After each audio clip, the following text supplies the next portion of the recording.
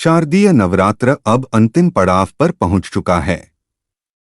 आज मां दुर्गा के 8वें स्वरूप महागौरी की पूजा की जाती है।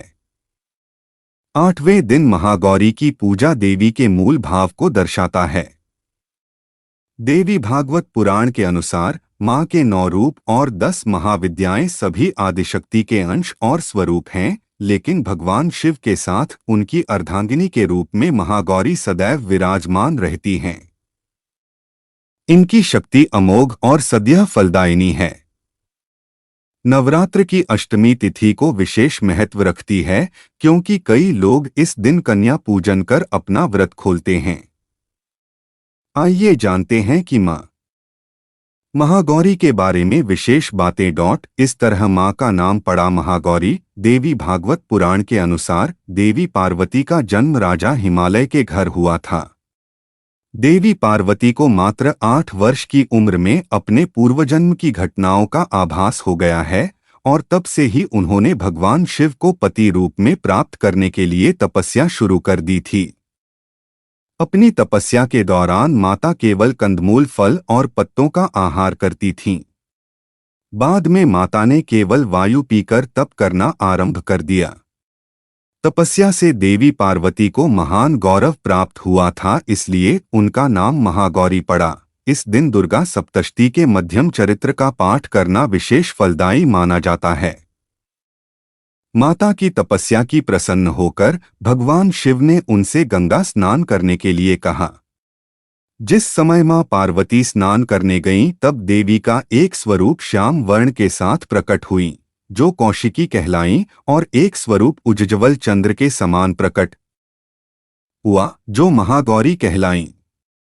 गौरी रूप में माता अपने हर भक्त का कल्याण करती हैं और उनको समस्याओं से मुक्त करती हैं। जो व्यक्ति किन्हीं कारणों से 9 दिन तक उपवास नहीं रख पाते हैं, उनके लिए नवरात्र में प्रतिपदा और अष्टमी तिथि को व्रत रखने का विधान है। इससे 9 दिन व्रत रखने के समान फल मिलता है। देवी भागवत पुराण के अनुसार महागौरी वर्ण पूर्ण रूप से गौर अर्थात सफेद हैं और इनके वस्त्र व आभूषण भी सफेद रंग के हैं। मां का वाहन वृषभ अर्थात बैल है। मां के दाहिना हाथ अभय मुद्रा में है और नीचे वाला हाथ में दुर्गा शक्ति का प्रतीक त्रिशूल है। महागौरी के बाएं हाथ के ऊपर वाले हाथ में शिव का प्रतीक डमरू है। डमरू धारण करने के कारण इन्हें शिवा भी कहा जाता है। मां के नीचे वाला हाथ अपने भक्तों को अभय देता हुआ वर मुद्रा में है।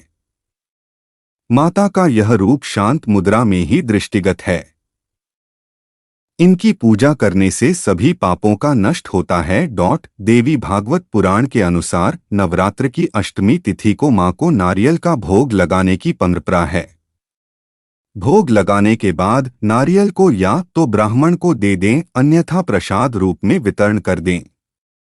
जो भक्त आज के दिन कन्या पूजन करते हैं, वह हलवा पूड़ी, सब्जी और काले चने का प्रसाद विशेष रूप से बनाया जाता है। महागौरी को गायन और संगति अति प्रिय है।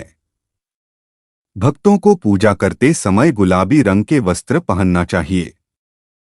गुलाबी रंग प्रेम का प्रतीक है।